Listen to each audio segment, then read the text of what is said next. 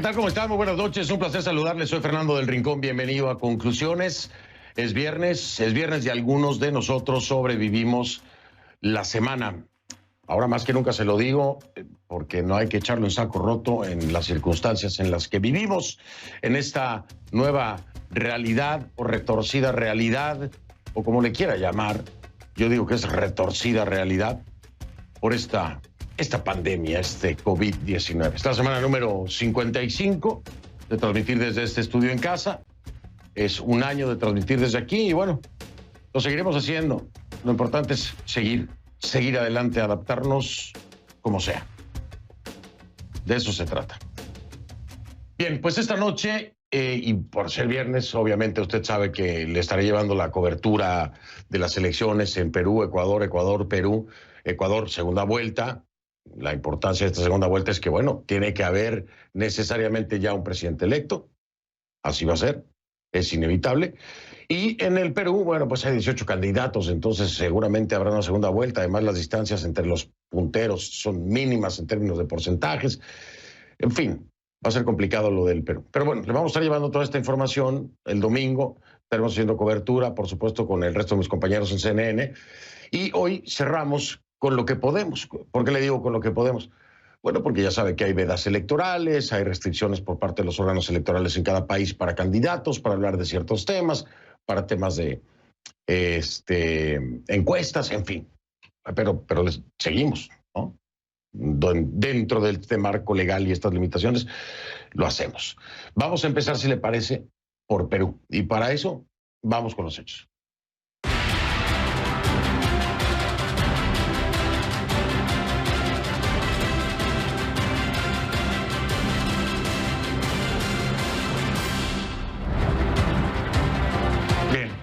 Perú, para empezar, vamos a utilizar, le pido que me acompañe a partir de este momento utilizando la etiqueta Concluvoto Perú 5. ¿Por qué Concluvoto Perú 5? Bueno, porque han sido 5 días de estarle llevando cobertura acerca de Perú. Concluvoto Perú 5. Sus comentarios, por favor, a mi cuenta en Twitter, @soyfdelrincón, @soyfdelrincón es la cuenta en Twitter con esa etiqueta, el hashtag Concluvoto Perú 5. Teniendo, por supuesto, muy en cuenta la pandemia y de forma ordenada. Es así como recomendó el presidente del Jurado Nacional de Elecciones de Perú, Jorge Luis Salas, que los peruanos acudan a las urnas este domingo. La cita electoral es para renovar el Congreso, elegir a los representantes peruanos ante el Parlamento andino y, pues, lo más importante, la fórmula presidencial que deberá gobernar el país durante los próximos 5 años. Es importante, súper importante, importantísimo, sí. Particularmente en el caso de Perú. ¿Por qué particularmente en el caso de Perú? Imagínense, 4 presidentes, con todo este tema de las vacancias, en fin, a una inestabilidad espantosa, ¿no? Ahora, y digo debería, por eso digo debería estar los próximos 5 años, ¿no? Porque han durado muy poco tiempo, mucho menos tiempo que eso, los presidentes. Sin embargo, es probable que este domingo, pues como le decía, no se defina quién va a quedar a cargo del país. Es lo más seguro, lo más seguro. Yo le digo que desde mi perspectiva es un 99.9 de seguridad de que no se va a definir en una primera vuelta. Vamos con Jimena de la Quintana, que está en Lima, nos acompaña, por supuesto estará con nosotros durante la cobertura también el domingo, para que nos cuente un poco más acerca de cómo están las cosas, pues ya a pocas horas, diría yo, a pocas horas de que se lleve a cabo este ejercicio democrático. Jimena, ¿cómo estás? Buenas noches. Hola Fernando, ¿cómo estás? Buenas noches. Como lo dices, todo hace pensar que ningún candidato o candidata alcanzaría los votos suficientes para ganar en primera vuelta y más bien los peruanos muy probablemente tendremos que ir a votar en una segunda vuelta electoral para elegir al próximo presidente, pero esta no sería la primera vez, o esta no va a ser, mejor dicho, la primera vez que esto ocurra, Fernando. En los últimos poco más de 40 años, desde 1978 hasta el 2021, 6 elecciones presidenciales en Perú se definieron a través de una segunda vuelta. Cito los años: 1990, 2000, 2001, 2006, 2011 y 2016. Esta información proviene de un cuadro elaborado por Fernando Tuesta, ex jefe de la Oficina Nacional de Procesos Electorales, en base a información del Jurado Nacional de Elecciones. Ahora, voy a recordar dos casos que probablemente recordarás tú y que probablemente recuerde también el público. Dos casos que se definieron también, dos elecciones que se definieron también en segunda vuelta. La primera, Mario Vargas Llosa, Alberto Fujimori en 1990. 10 días antes, Fernando, de que se diera la primera vuelta en Perú, Alberto Fujimori no aparecía en las encuestas, es decir, aparecía pero en los otros, ¿verdad? En aquellos que tenían un porcentaje muy bajito, solamente 10 días antes de la segunda vuelta, pero de repente Alberto Fujimori empezó a crecer como un tsunami y ganó y incrementó, los votos a su favor y fue a una segunda vuelta con Mario Vargas Llosa, donde recordarán todos, ganó. Eso ocurrió en 1990 y lo otro es mucho más reciente, es de este gobierno, del inicio de este gobierno, 2016, Pedro Pablo Kuczynski y Keiko Fujimori van a una segunda vuelta y PPK le gana a Keiko Fujimori por poco más de 40.000 votos según los resultados oficiales de la Oficina Nacional de Procesos Electorales. Esto es, como te decía, historia reciente, pero lo que sí nunca ha ocurrido en el Perú, Fernando, es lo que tú mencionaste iniciando el programa. 4 presidentes en 5 años, eso sí, nunca ha ocurrido. Ahora, los peruanos van a ir a votar este domingo probablemente recordando no solamente esta historia que te he contado o parte de estas historias que te he contado, sino también la historia reciente, es decir, que irán a votar con un presidente y un Congreso que no eligieron a principios de este gobierno. Y hablando del presidente Francisco Sagasti, acaba de dar un mensaje a la Nación a las 8 de la noche y vamos a escuchar lo que dijo sobre estas elecciones del 11 de abril.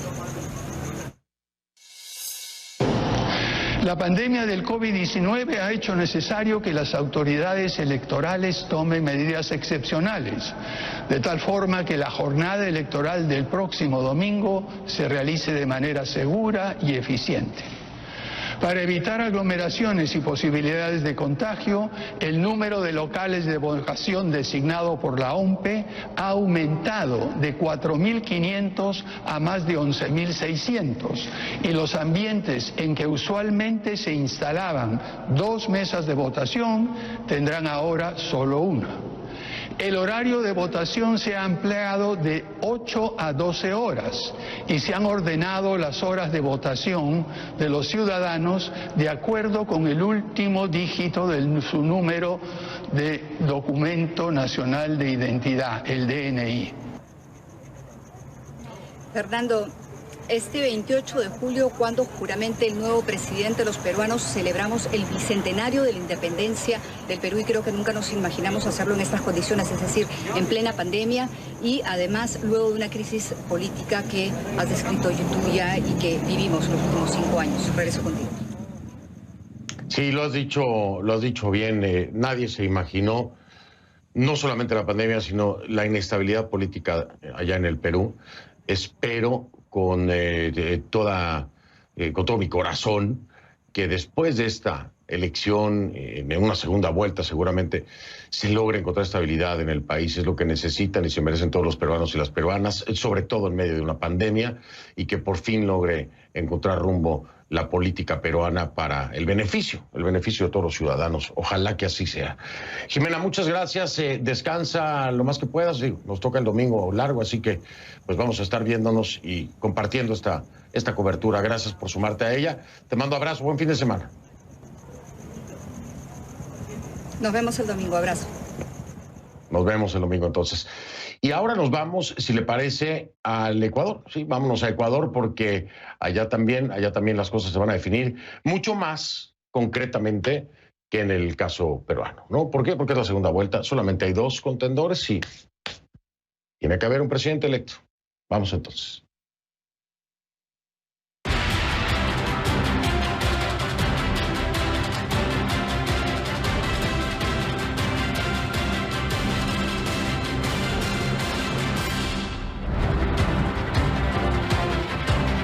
Le pido entonces que para el resto del programa, esto va a ser el resto del programa, hoy le dedicamos la mayor parte del mismo a Ecuador, me acompañan utilizando la etiqueta numeral CONCLU EQ número 2 vuelta. de segunda vuelta, ¿no?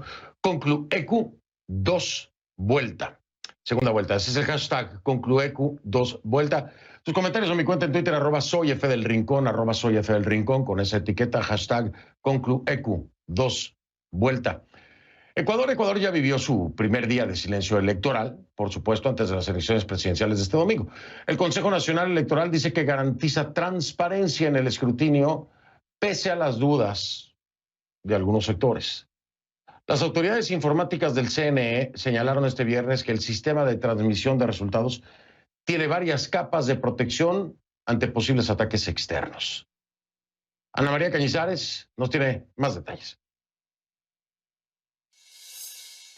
Rige el silencio electoral en Ecuador previo a la elección presidencial de este domingo en el país. 13 millones de ciudadanos están habilitados para votar en esta segunda vuelta, que definirá si Guillermo Lasso del movimiento Creo o Andrés Arauz del movimiento Unión por la Esperanza obtienen los votos necesarios para la victoria. Este jueves votaron las personas privadas de libertad sin sentencia ejecutoriada en los centros penitenciarios, mientras que este viernes lo hicieron las personas con discapacidad inscritas en el programa de voto en casa. Existen cerca de 300 observadores internacionales acreditados por el Consejo Electoral que ya se encuentran en el país y que al final del proceso emitirán sus recomendaciones y conclusiones de las elecciones ecuatorianas. El Consejo Electoral ha garantizado transparencia en la elección y en el escrutinio de los votos, pese a los cuestionamientos de diferentes sectores al sistema informático electoral.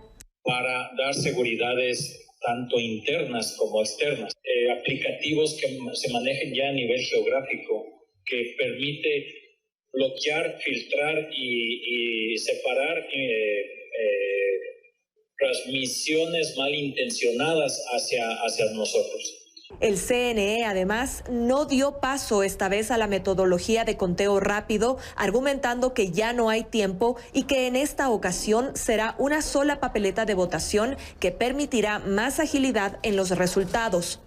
La presidenta del Consejo Electoral, Diana Atamaint, ha indicado que espera que al menos el 50% de las actas de votación estén subidas al sistema antes de la medianoche del domingo, pero no se ha arriesgado a precisar una fecha concreta para la proclamación de resultados. La ley ecuatoriana otorga hasta 10 días para hacerlo y con la posibilidad de una prórroga hasta resolver posibles impugnaciones u objeciones. La elección de este domingo se desarrollará en medio de la pandemia del COVID-19, en un momento en que los casos y las muertes por este virus se han incrementado en todo el país y tras el levantamiento del estado de excepción en al menos 8 provincias que fue decretado en días pasados. Este estado de excepción concluye esta medianoche. Para CNN, Ana María Cañizares, Quito. Muchísimas gracias, Ana María Cañizares. Nos vamos entonces a la pausa. Voy a regresar con mi primer invitado esta noche. Es el coronel retirado y exdirector de inteligencia del Ejército Ecuatoriano, Mario Pazmiño, en vivo desde Quito. Y más adelante, mi invitada esta noche es Diana Atamaint, que es la presidenta del Consejo Nacional Electoral del Ecuador. Ya regresamos.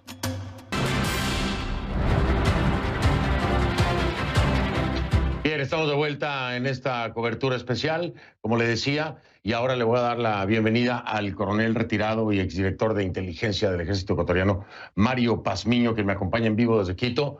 Y bueno, pues me da gusto saludarlo siempre. Coronel, ¿cómo está? Buenas noches. ¿Cómo está, Fernando? Muy buenas noches. Muchísimas gracias por la invitación y a las órdenes siempre. Al contrario, gracias a usted. Siempre es un placer tenerlo por aquí. Coronel, a ver, hay como que... ¿qué le puedo decir? Hay como que dudas sobre las capacidades del Consejo Nacional Electoral en términos de imparcialidad o de blindaje para que se pueda trastocar el proceso. ¿Usted está de acuerdo en que existan estas dudas de algunos grupos inicialmente? Le estoy hablando de Yacu Pérez, por ejemplo, ¿no? Y bueno, con una situación que se da con Pachacuti y con uno de sus líderes. Pero dígame usted, en el contexto general, ¿usted bueno, en el contexto la seguridad de la elección? En el contexto general, Fernando, yo creo que existen y siempre existirán dudas por parte de la ciudadanía con relación a un proceso electoral. Y más dudas todavía luego de que el Consejo Nacional Electoral no permitió que se realice una auditoría informática de los sistemas de la Fiscalía General del Estado, ni tampoco pueda intervenir la Contraloría General del Estado en esta auditoría informática. Eso genera un sinnúmero de dudas, pero dudas sobre qué y hacia dónde están apuntadas. Primero, hacia el licenciamiento de equipos. ¿Qué quiero decir con esto? Que debe de existir las licencias para los equipos de comunicaciones y de seguridad, por donde va todo el flujo del proceso electoral. El segundo, un plan de contingencia claramente verificado, su eficacia para evitar apagones por un lado y para evitar por otro lado ataques cibernéticos, bases de datos encerradas, bases de datos con controles y accesos de cambio. ¿Esto por qué se genera, Fernando? Y permítame aquí hacer una puntualización. Es que estas dudas se generan mucho más allá porque a partir del debate presidencial la intención de voto en el Ecuador cambió. Y esto, a su vez, durante la segunda vuelta electoral, ha exacerbado los ánimos. Y esta exacerbación de ánimos ha generado actos de violencia en algunos lugares. Por ejemplo, en la costa ecuatoriana, sector de Santa Elena, hay un ataque hacia unos miembros del partido del señor Lazo que los llevan al hospital. En la serranía ecuatoriana, el alcalde de la ciudad de Guamote impide la llegada del candidato Guillermo Lazo para que pueda ejercer su derecho a hacer campaña política. Y lo más preocupante, una comunidad en la Amazonía, la comunidad de Sarayacu, manifiesta públicamente que no está autorizados a instalar o que no van a permitir la instalación de las juntas receptoras del voto. Por otro lado, hay una preocupación de parte del gobierno sobre ciertos indicios de que pueden darse actos de violencia por una reactivación de los comités de defensa de la Revolución Ciudadana que podrían, al verse afectados en los resultados electorales, reaccionar contra las juntas receptoras de voto o, peor aún, contra las delegaciones provinciales a fin de anular el proceso electoral. ¿En qué provincias especialmente? En las provincias de Guayas, Pichincha, Manabí y Los Ríos. Este escenario, señores, que he planteado inicialmente, genera a su vez dos escenarios. Un escenario de confrontación grave. Y en ese escenario de confrontación grave, el candidato Guillermo Lazo es el ganador de las elecciones. En este escenario, inmediatamente esto va a generar una violencia y no aceptación de resultados, un vandalismo sobre los recintos electorales y delegaciones electorales provinciales, empleando a los CDRs y grupos de choque contra estas instalaciones electorales y contra la fuerza pública. En el segundo escenario, confrontación media. En este escenario, el señor Arauz es el que ha sido electo presidente de la República. Se van a generar indudablemente una no aceptación de resultados por parte de las organizaciones de CREO y por otro lado van a inmediatamente a tomar acciones legales contra el Consejo Nacional Electoral y exigir a la Contraloría General del Estado y también a la Fiscalía que se realicen las auditorías correspondientes al sistema informático. Entonces, si hablamos de incertidumbre, si hablamos de un sinnúmero de dudas que tiene la población, ahí tiene usted una muestra de ello. Oiga, yo lo decía la vez pasada, perdón, estoy anotando aquí unas cositas porque quiero preguntárselas a Diana Tamainda ahora que viene conmigo. Le decía, coronel, yo lo decía la vez pasada de broma en una entrevista que muy amablemente me hacían en una estación radial en Ecuador. De hecho, creo que fue ayer, si mal no recuerdo. Les decía yo, seguramente lo único que tenemos garantizado es que después del resultado electoral, alguno de los dos va a decir que hubo fraude. Lo decía en tono de broma porque pasa en todo nuestro bueno, no en todo el continente. Bueno, ahora sí, también acá en Estados Unidos fue la misma historia. Prácticamente todo el continente, no, por lo menos nuestra región. En Latinoamérica, siempre que uno gana y el otro pierde, hubo fraude, hubo fraude, hubo fraude, hubo fraude. Esa es la misma historia de siempre. Este va a ser el caso ecuatoriano, no importa quién sea, si es Arauz o si es Lazo, el otro va a decir que hubo fraude. Necesariamente los ecuatorianos y ecuatorianas van a tener que pasar por todo este drama. Yo creo que sí, siempre va a haber esta situación y al momento con ciertos tintes de violencia que se pueden presentar. Pero, Fernando, aquí hay una cosa muy importante. Este 11 de abril, este domingo 11, No solo Ecuador se juega esta estabilidad democrática. Yo creo que los ojos de la región están impregnados en este pequeño país llamado Ecuador, porque el 11 de abril los ecuatorianos nos postramos ante el socialismo del siglo XXI, hacia el totalitarismo, o nos levantamos este 11 de abril y caminamos con la cabeza altiva hacia un proceso de desarrollo. Yo creo que los ecuatorianos tienen que ir y asistir a este proceso eleccionario porque es la última carta que tiene el pueblo ecuatoriano y creo que también parte de América Latina para marcar su derrotero hacia el éxito. Le está haciendo campaña ahí a Guillermo Lasso. Bueno, es bien sabido que es anticorreísta usted y me queda claro, haciéndole campaña a Lasso. Ahora, la última pregunta. ¿No ve ningún escenario, seamos realistas, coronel, lejos de las tendencias que tenga cada uno, no ve ningún escenario en el que la posibilidad del triunfo de uno o del otro sea con un margen lo suficientemente cómodo para evitar esta tragedia, drama y complicación de un presunto fraude de la Fiscalía, de la Contraloría General? ¿No ve ningún escenario así?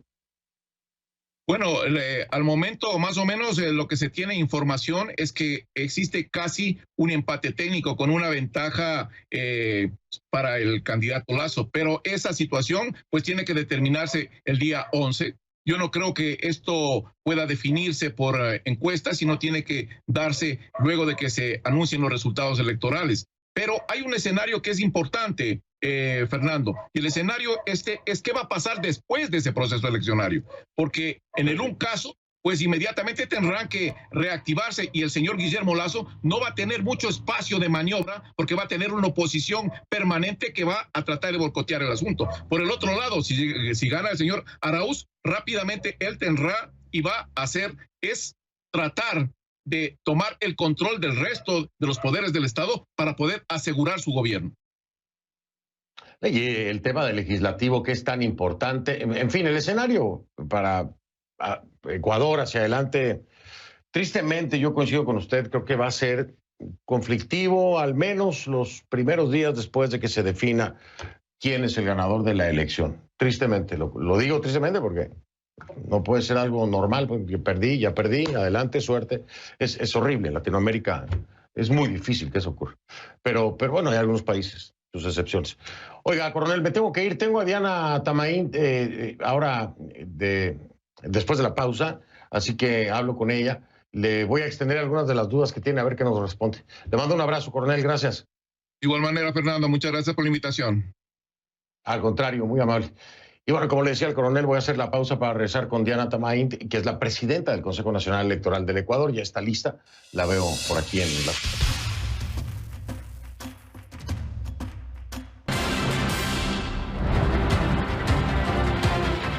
En esta segunda vuelta de la elección presidencial en Ecuador se da la novedad de que el Consejo Nacional Electoral no dará el conteo rápido, no. La modalidad de conteo rápido no se va a hacer por parte del Consejo Nacional Electoral. ¿Cuál es la razón que da el organismo? Bueno, es que solo participan 2 binomios. Y eso, según ellos, hace que la diferencia de tiempo entre el procesamiento de los resultados del conteo rápido y el sistema electoral de transmisión y publicación de actas y resultados no sea significativa. Pero bueno, la explicación no convence a todos. Por supuesto que no. De este y otros temas voy a hablar con mi invitada.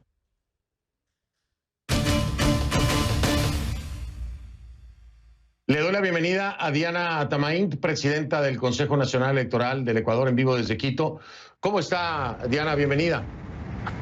Muy buenas noches, muchísimas gracias. Estamos ya listos para realizar las elecciones este domingo 11 de abril. Estamos muy contentos, estamos preparados y el pueblo ecuatoriano espera con ansias el día 0, podemos decir de alguna manera, para elegir al nuevo presidente de la República. En efecto, el próximo domingo. A ver, de entrada, hablemos de este tema del conteo rápido. La explicación que se da básicamente es que no hay tiempo, ¿no? O sea, además de que solamente es una papeleta con 2 candidaturas a binomio presidencial, que no hay tiempo y que la diferencia no sería mucha, pero ¿por qué variar de lo que se hizo en una primera vuelta a una segunda vuelta? Si daba de alguna forma una certeza que se siguiera con el modelo, ¿no? Sí, bueno, son varias situaciones que nosotros hemos analizado sobre un informe técnico. Pasa por los tiempos, como usted lo dijo, para preparar y echar a andar un conteo rápido. Son la posibilidad que nosotros, por hacer una papeleta, procesar de forma inmediata y empezar a transmitir los resultados para la ciudadanía. Pero sobre todo porque los resultados oficiales que dé el Consejo Nacional Electoral debe ser del conteo voto a voto y de la generación de actas que se dan en todos los recintos electorales, y que sobre eso la ciudadanía debe nutrirse para que al final veamos quién es el ganador. No nos queremos aventurar por el conteo rápido, pasa a ser eso solamente un instrumento de una proyección de lo que puede pasar. Y en virtud también que tenemos ya empresas privadas que harán este trabajo y que pueden difundir esta información después de las 5 de la tarde. Ahora, medio entiendo lo que me está diciendo. No, es que no estoy completamente de acuerdo, pero a ver, vamos a desmenuzar esto por partes. Empresas privadas que estarían haciendo la vez de conteo rápido. ¿Cuáles son esas y están avaladas por ustedes o no? Bueno, realmente son empresas encuestadoras a boca de urna que están aprobadas por nosotros, y son 6 las que han decidido participar, 5 con personería jurídica y una persona natural que realizarán este trabajo. ¿Me puede dar los nombres? Porque quiero que quede bien claro para todos los ecuatorianos y ecuatorianas cuáles son las empresas que están autorizadas por el Consejo Nacional Electoral para hacer las veces de conteo rápido. Por supuesto, una de ellas es Centro Invest, Compañía Limitada. El segundo es Centro de Estudios y Datos, CEDATOS, Compañía Limitada. El tercero es Blasco Peñerrera y Asociados Estudios de Mercado y Opinión Pública, Compañía Limitada. El cuarto, Clima Social, Estudios y Asesoramiento, S.A. El quinto, Visión Empresarial Bien, S.A. Y el sexto, una persona natural, el señor Marco Sinchi. Bien, ahí están. Esos son los nombres, lo está diciendo Diana Tamainda aquí en el programa. Serían las empresas que estarían haciendo las veces de conteo rápido. Aquí yo tengo una duda, es inevitable y ha sido un temor toda mi vida. Yo siempre lo digo en este programa. ¿Cómo van las encuestas? ¿Quién va ganando? Bueno, depende a quién le preguntes, pero depende más de quién pagó la encuesta, ¿no? Esa es la realidad muchas veces. ¿Cómo saber que estas empresas no tienen interés en manipular resultados porque tienen intereses con uno o con el otro? ¿Qué garantía puede haber acerca de eso, Diana? Bueno, eso pasa por el principio de ética de la empresa, de sus dueños, pero sobre todo de contribuir a la seriedad con lo que deben trabajar y con profesionalismo estas empresas. La respuesta de cómo ellos actuarán podrán dar ellas, y nosotros como órgano electoral, autoridad electoral, nos corresponde dar resultados oficiales, y yo más bien dejaría ese tema para que las empresas respondan bajo sus propios principios cuál es su actuación de su trabajo, y que tienen que dar una información veraz a la ciudadanía. Ojo, yo no estoy acusando a ninguna de estas empresas de que no tengan la ética y que tengan algún interés, pero el riesgo está. Ahora, le voy a plantear este escenario, que es sumamente peligroso. Me responde después de la pausa. Usted me dice, vamos a dejárselo a las empresas. Bueno, pues ya se lo dejaron. Ustedes ya se lo dejaron y ok, ustedes van a dar los resultados oficiales. Yo nada más le pongo este escenario, Diana. Una de estas empresas, una sola, no hace falta que sean más, una sola empresa de estas, tiene una variación en el contraste con lo que reporten boca de urna, con lo que ustedes reporten, y no compagine. ¿Y usted sabe el daño que le va a hacer eso al proceso electoral? ¿Usted sabe el daño que le puede causar al Ecuador si esto llegase a ocurrir? Porque lo primero que van a decir es que hubo fraude. Me parece que ustedes han abierto la puerta a esa posibilidad. ¿Qué garantía puede dar de que esto no podrá ocurrir y de que en caso de que ocurra, tendrá más peso el resultado oficial de un CNE que de una empresa que quién sabe qué intereses tenga o si le esté llegando dinero de algún lado? Y estoy hablando de corrupción, porque lo hemos visto en el Ecuador y en Latinoamérica. Este escenario es sumamente peligroso, pero quiero escucharla y profundizar en eso, si me lo permite, después de la pausa. Es Diana Tamain, presidenta del Consejo Nacional Electoral del Ecuador, en vivo desde Quito. Ya regreso.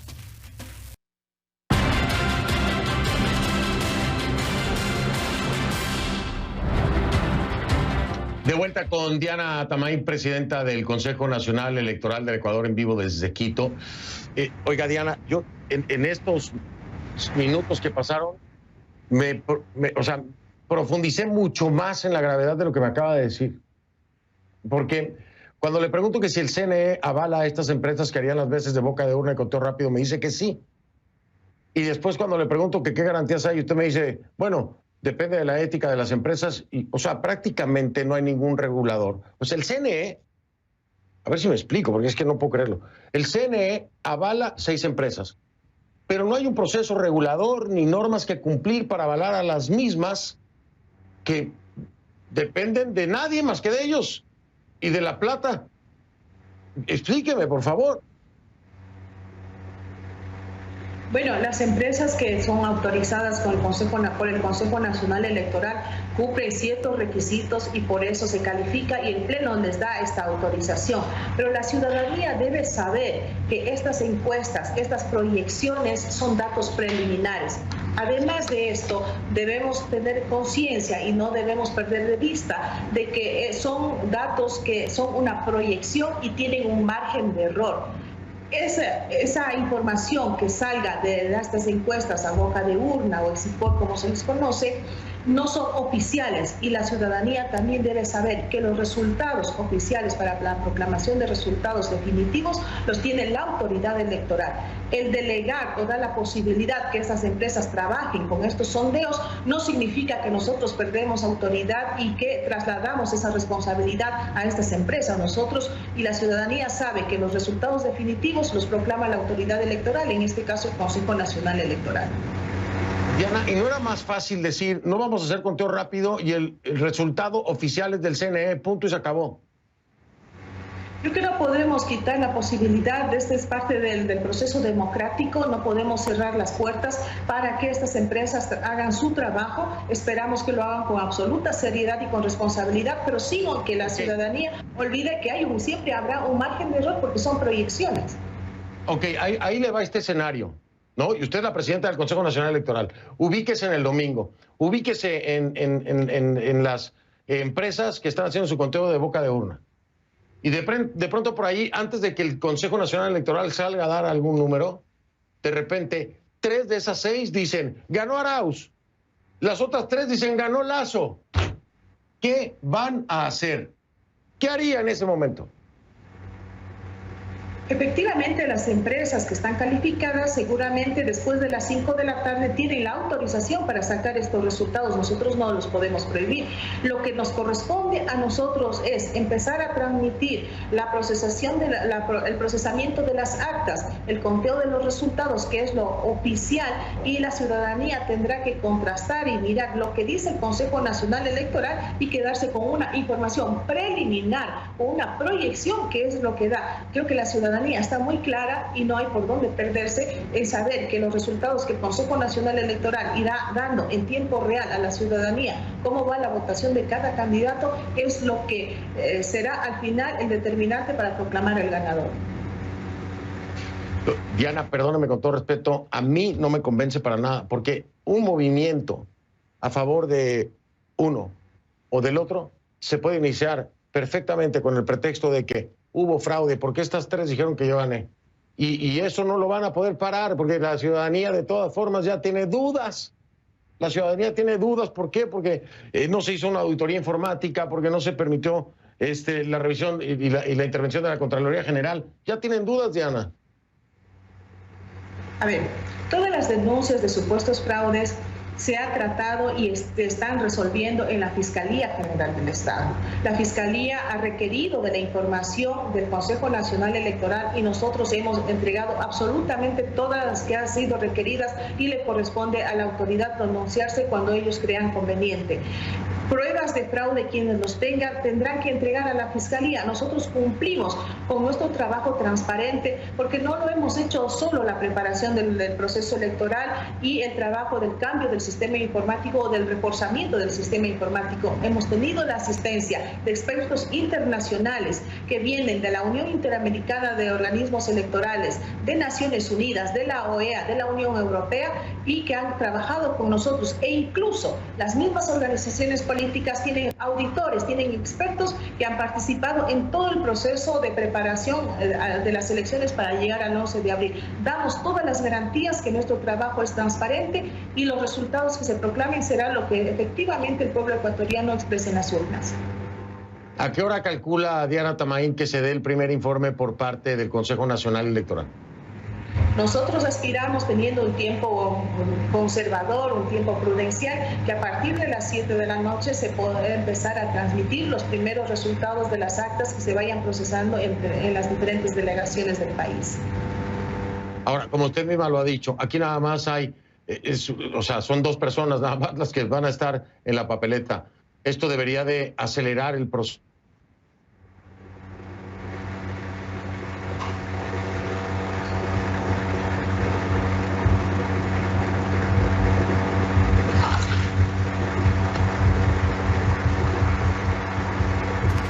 Perdí el audio, no sé si me escuchan. Antes de despedirme, 2 notas a las que les ponemos atención. La pesadilla del 737 MAX no termina. Esta vez la falla es en el sistema eléctrico. ¿Qué es lo que está recomendando Boeing? Bueno, pues le digo que Boeing está recomendando a 16 clientes que revisen en un grupo específico de aeronaves antes de continuar con las operaciones. Tienen que verificar si uno de los componentes del sistema está lo suficientemente conectado a tierra. Boeing no dijo a cuántos aviones pues, se les presenta este problema, pero sabemos que hay al menos 30 aviones afectados en la flota de Southwest y 16 en la de United, además de 17 en la de American Airlines. Así que siguen los problemas con el Boeing 737 MAX. Todos los Boeing 737 MAX estuvieron en tierra durante 20 meses, tras 2 accidentes, recuerda usted, en los que murieron 346 personas. El parón costó a Boeing más de $20,000 millones. Y le ponemos atención también a esto, ahora que está tan de moda y todo el mundo está tan a la expectativa. El programa Artemisa de la NASA tiene como objetivo que el hombre regrese a la Luna en 2024.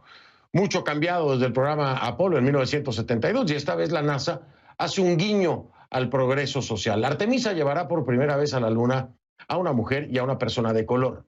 El grupo inicial de 18 astronautas que participarán en el programa ya se conoce, pero todavía no se ha anunciado quiénes serán los 2 primeros privilegiados en explorar el polo sur de la Luna.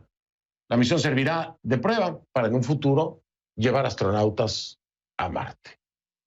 Así que con estas 2 que le ponemos atención, le digo gracias por haberme acompañado. Le recuerdo, nos estamos viendo entonces el domingo en esto que será la cobertura de las elecciones en el Ecuador, la cobertura de las elecciones en Perú, segunda vuelta en Ecuador, habrá un presidente electo o no, lo veremos, y Perú, 18 candidatos, uy, seguro segunda vuelta.